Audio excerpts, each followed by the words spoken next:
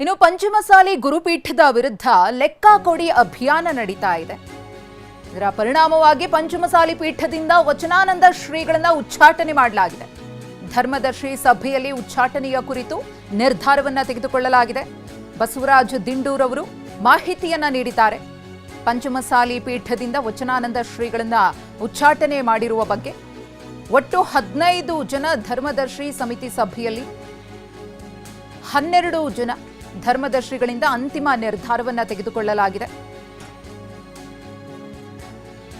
ಕೋಟ್ಯಾಂತರ ರೂಪಾಯಿ ಅಕ್ರಮ ನಡೆದಿದೆ ಅನ್ನೋ ಆರೋಪದ ಹಿನ್ನೆಲೆಯಲ್ಲಿ ಲೆಕ್ಕ ಕೊಡಿ ಅಭಿಯಾನವನ್ನ ಕಳೆದ ಅನೇಕ ತಿಂಗಳುಗಳಿಂದ ಮಾಡಲಾಗ್ತಿತ್ತು.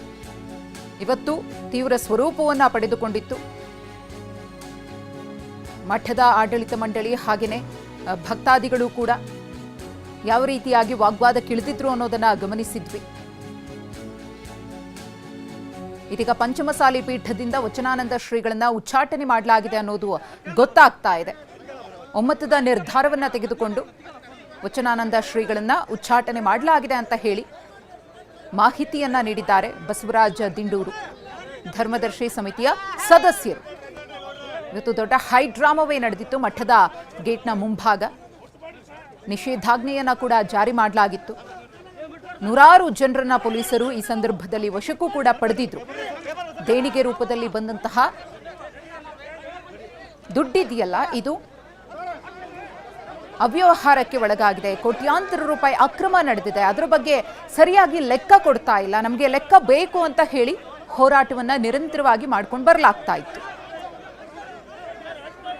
ದಾವಣಗೆರೆಯ ಹರಿಹರದ ಮಠದ ಮುಂಭಾಗ ಇಷ್ಟು ದೊಡ್ಡ ಮಟ್ಟದಲ್ಲಿ ಹೋರಾಟ ನಡೀತಾ ಇದ್ದಾಗ ವಚನಾನಂದ ಶ್ರೀಗಳು ಮಠದ ಒಳಗಡೆನೇ ಇದ್ರು.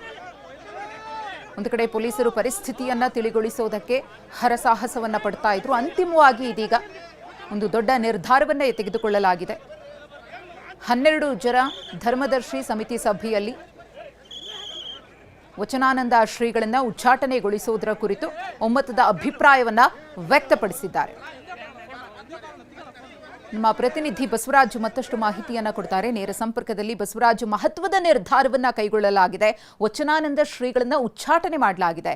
ಪ್ರಮುಖವಾಗಿ ಏನೆಲ್ಲ ಮಾನದಂಡಗಳನ್ನ ಅನುಸರಿಸಲಾಯಿತು, ಎಲ್ಲರೂ ಕೂಡ ಹೇಗೆ ಒಪ್ಕೊಂಡ್ರು ಅಂತ ಈ ನಿರ್ಧಾರಕ್ಕೆ ಏನ್ ಬೆಳವಣಿಗೆಗಳಾಯಿತು ಸಭೆ ಸಂದರ್ಭದಲ್ಲಿ?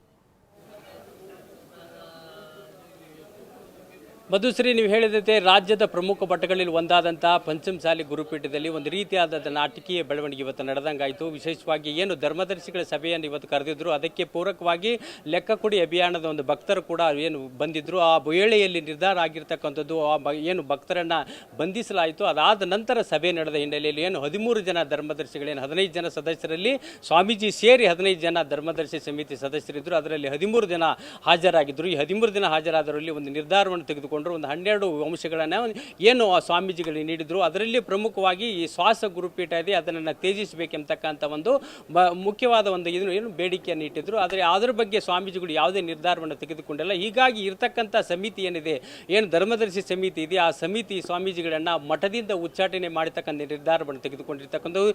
ಈ ಬಗ್ಗೆ ಮಠದ ಧರ್ಮದರ್ಶಿಗಳು ಈಗಾಗಲೇ ಸ್ಪಷ್ಟಪಡಿಸಿರ್ತಕ್ಕಂಥದ್ದು.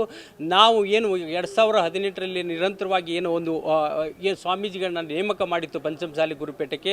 ಅಲ್ಲಿಂದಲೂ ಕೆಲವು ಏನು ಅವರಿಗೆ ಒಂದು ನಿಬಂಧನೆಗಳನ್ನು ಕೇಳಲಾಗಿತ್ತು. ಅದರ ಬಗ್ಗೆ ಯಾವುದೇ ರೀತಿಯಾದ ಸ್ಪಷ್ಟನೆ ನೀಡದ ಹಿನ್ನೆಲೆಯಲ್ಲಿ ಇತ್ತೀಚೆಗೆ ಏನು ನಡೆದಂಥ ಬೆಳವಣಿಗೆ ಆಗಿರಬೇಕು, ಲೆಕ್ಕ ಕೊಡುವ ಒಂದು ಅಭಿಯಾನ ಆಗಿರಬೇಕು, ಮತ್ತು ಸ್ವಾಮೀಜಿಗಳು ಏನು ನಿರಂತರವಾಗಿ ಏನು 2008ರಿಂದ ಏನು ಮಠದಲ್ಲಿ ನಡೆತಕ್ಕಂಥ ವ್ಯವಹಾರ ಇದೆ, ಏನೋ ಹಣಕಾಸಿನ ವ್ಯವಹಾರ ಇದೆ, ಅದರ ಒಂದು ದಾಖಲೆಗಳನ್ನು ನೀಡಿ ಎಂಬತಕ್ಕಂಥ ಒಂದು ಮಾಹಿತಿಯನ್ನು ಮಠದ ಭಕ್ತರ ಮೂಲಕ ನೀಡಿರ್ತಕ್ಕಂಥದ್ದು. ಇದು ಒಂದು ಧರ್ಮದರ್ಶಿ ಸಮಿತಿಗಳಿಗೆ ಒಂದು ಏನು ಸಿಟ್ಟನ್ನು ತರಿಸಿತ್ತು ಎಂಬತಕ್ಕಂಥದ್ದು ಮೇಲ್ನೋಟಿಗೆ ಕಂಡು ಬರ್ತಾ ಇರ್ತಕ್ಕಂಥದ್ದು. ಈಗ ಕೋಟ್ಯಾಂತರ ರೂಪಾಯಿ ಅವ್ಯವಹಾರವನ್ನು ಏನು ನಿರಂತರವಾಗಿ ಭಕ್ತರು ಏನು ಪ್ರಶ್ನೆ ಮಾಡ್ತಾ ಇದ್ರು, ಆ ಹಿನ್ನೆಲೆಯಲ್ಲಿ ಸ್ವಾಮೀಜಿಗೂ ಕೂಡ ಇವರು ಅದೇ ಒಂದು ಕಾರಣಕ್ಕಾಗಿ ಸ್ವಾಮೀಜಿಗಳಿಗೂ ಕೂಡ ಒಂದು ನೋಟಿಸನ್ನು ಕೊಡಬೇಕಾಗಿತ್ತು. ಏನು ಸಭೆ ಕರಿಬೇಕಾದ್ರೆ 7 ದಿನ ಮೊದಲೇ ಒಂದು ನೋಟಿಸನ್ನು ಕೊಡಬೇಕಾಗಿತ್ತು. ಆದರೆ ನಿನ್ನೆ ರಾತ್ರಿನೇ ಸ್ವಾಮೀಜಿಗೆ ನೋಟಿಸ್ ಕೊಟ್ಟಿರ್ತಕ್ಕಂಥದ್ದು. ಈ ಎಲ್ಲ ಅಂಶಗಳನ್ನು ಸ್ವಾಮೀಜಿ ಕಡೆ ಇರ್ತಕ್ಕಂಥ ಧರ್ಮದರ್ಶಿಗಳು ಹೇಳ್ತಕ್ಕಂಥದ್ದು ಇದು ನಿಜವಾಗಿ ತೆಗೆದುಕೊಂಡ ನಿರ್ಧಾರ ಸರಿಯಾದದ್ದಲ್ಲ. ಅಂದರೆ ಪಂಚಮಸಾಲಿ ಗುರುಪೀಠ 2008ರಲ್ಲಿ ಏನು ಆರಂಭ ಆಗಿದೆ, ಅದಾದ ನಂತರ ಮತ್ತೊಬ್ಬ ಸ್ವಾಮೀಜಿ ಇದೇ ರೀತಿ ಉಚ್ಚಾಟನೆ ಸಿದ್ಧಲಿಂಗ ಸ್ವಾಮಿ ಸ್ವಾಮಿ ಅಂತಕ್ಕಂಥವ್ರನ್ನು ಇದೇ ರೀತಿ ಉಚ್ಚಾಟನೆ ಮಾಡಲಾಗಿತ್ತು. ಆ ಸಿದ್ಧಲಿಂಗ ಸ್ವಾಮಿ ಅವರ ಉಚ್ಚಾಟನೆ ನಂತರ ವಚನಾನಂದ ಸ್ವಾಮೀಜಿಗಳು ಬಂದಿದ್ದರು. ವಚನಾನಂದ ಸ್ವಾಮೀಜಿಗಳನ್ನು ಇವತ್ತು ಉಚ್ಚಾಟನೆ ಮಾಡಿರ್ತಕ್ಕಂಥದ್ದು. ಲೆಕ್ಕ ಕೊಡಿ ಅಭಿಯಾನ ನಾವು ಯಾವತ್ತಾದರೂ ಕೊಡಲಿಕ್ಕೆ ಸಿದ್ಧ ಇದ್ದೀವಿ. ಆದರೆ ಸ್ವಾಮೀಜಿಗಳು ನಡೆದುಕೊಂಡಂಥ ಸ್ವಾಮೀಜಿಗಳು ನಾವು ಹಾಕಿದಂಥ ನಿಬಂಧನೆಗಳನ್ನು ಅವರು ಅದಕ್ಕೆ ಉತ್ತರ ಕೊಡಲಿಲ್ಲ ಎಂಬತಕ್ಕಂಥ ಕಾರಣದಿಂದಾಗಿ ಇಡೀ ಒಂದು ವಚನಾನಂದ ಸ್ವಾಮಿ ಅವರನ್ನು ಈ ಪೀಠದಿಂದ ಅವರು ಗೌರವಯುತವಾಗಿ ತೆರಳಬೇಕು. ನಾವು ಧರ್ಮದರ್ಶಿ ಸಮಿತಿಗಳೆಲ್ಲ ಸಭೆ ಸೇರಿ ಬಹುಮತದಿಂದ ನಿರ್ಧಾರವನ್ನು ತೆಗೆದುಕೊಂಡಿರ್ತಕ್ಕಂಥವು.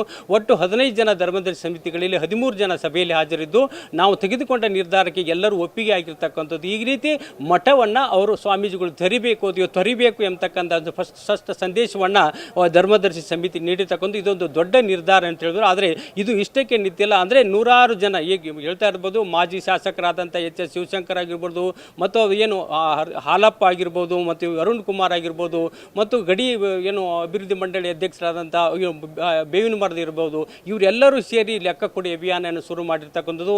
ಮುಖ್ಯವಾಗಿ ಆಡಳಿತ ಅಧಿಕಾರಿಯಾಗಿ ಮಠದ ಆಡಳಿತ ಅಧಿಕಾರಿ ಡಾಕ್ಟರ್ ರಾಜ್ಕುಮಾರ್ ಅವರು ಕೂಡ ಈ ಲೆಕ್ಕ ಕೊಡಿ ಅಭಿಯಾನದಲ್ಲಿ ಪಾಲ್ಗೊಂಡಿದ್ದರು. ಅವ್ರದ್ದು ಒಂದು ಪ್ರತಿಕ್ರಿಯೆ ಕೂಡ ಈಗ ಮುಖ್ಯ ಆಗಿರ್ತಕ್ಕಂಥದ್ದು. ಅಂದರೆ ಅವರನ್ನು ಬಂಧಿಸಿರ್ತಕ್ಕಂಥ ಕೆಲವರನ್ನ ಈಗ ಅವರ ಪೊಲೀಸರ ವಶದಲ್ಲಿರ್ತಕ್ಕಂಥ ಅವರು ಯಾವ ನಿರ್ಧಾರವನ್ನು ತೆಗೆದುಕೊಳ್ತಾರೆ, ಅವ್ರಿಗೆ ಇದು ಏನು ಪ್ರತಿರೋಧ ವ್ಯಕ್ತಪಡಿಸ್ತಾರೆ. ಇನ್ನೊಂದು ವಿಚಾರವಾಗಿ ಏನು ಅದು ಬೈಲಾ ಪ್ರಕಾರ ಮಠ ಏನು ಟ್ರಸ್ಟ್ ಮಠದ ಬಗ್ಗೆ ಟ್ರಸ್ಟ್ ಯಾವುದೇ ನಿರ್ಧಾರ ಬಸವರಾಜ್, ಈಗ ಎಷ್ಟು ಕೋಟಿ ಅವ್ಯವಹಾರ ಆಗಿತ್ತು ಅಂತ ಹೇಳಿ ಆರೋಪ ಕೇಳಿ ಬರ್ತಾ ಇದೆ ಅಂತ ಇಲ್ಲಿ ಹೇಳಿ.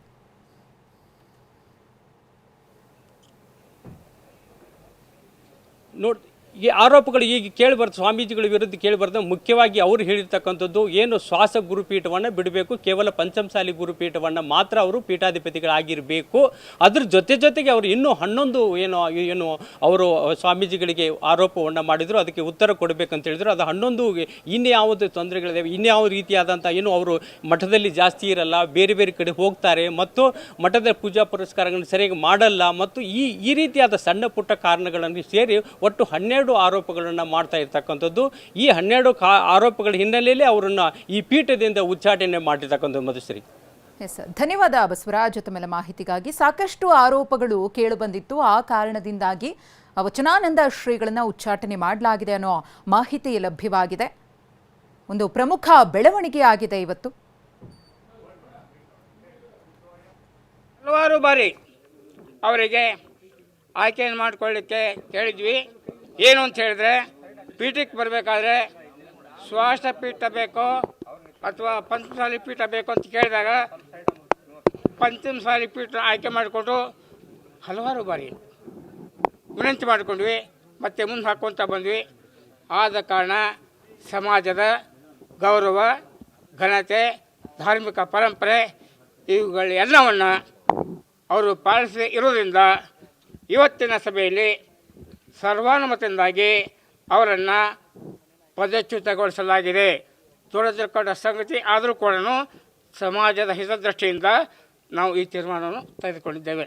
ಹಲವಾರು ಬಾರಿ ಇದು ಬಸವರಾಜ ದಿಂಡೂರು ಅವರು ಕೊಟ್ಟಿರುವಂತಹ ಮಾಹಿತಿ. ಒಂದಲ್ಲ ಎರಡಲ್ಲ, ಅನೇಕ ಬಾರಿ ಅವರಿಂದ ಒಂದಷ್ಟು ತಪ್ಪುಗಳಾಗಿದೆ. ಮಠದ ರೀತಿ ರಿವಾಜುಗಳು ಏನಿದೆಯೋ, ಸಂಪ್ರದಾಯ ಏನಿದೆಯೋ, ಆಚರಣೆಗಳು ಏನಿದೆಯೋ ಅದನ್ನು ಕೂಡ ಅವರು ಪಾಲಿಸ್ಕೊಂಡು ಬರ್ತಾ ಇರಲಿಲ್ಲ. ಹಾಗೆಯೇ ಇಲ್ಲಿ ಲೆಕ್ಕ ಕೊಡಿ ಅಭಿಯಾನ ನಡೆಯುವುದಕ್ಕೆ ಪ್ರಮುಖ ಕಾರಣ ಕೋಟ್ಯಾಂತರ ರೂಪಾಯಿ ಅಕ್ರಮ ನಡೆದಿದೆ ಅನ್ನೋದು. ಆ ಕಾರಣದಿಂದಲೂ ಕೂಡ ಈ ರೀತಿಯ ಒಂದು ಸರ್ವಾನುಮತದ ನಿರ್ಧಾರವನ್ನು ತೆಗೆದುಕೊಂಡು ವಚನಾನಂದ ಶ್ರೀಗಳನ್ನ ಉಚ್ಚಾಟನೆ ಮಾಡಲಾಗಿದೆ ಅಂತ ಹೇಳಿ ಸ್ಪಷ್ಟಪಡಿಸಿದ್ದಾರೆ.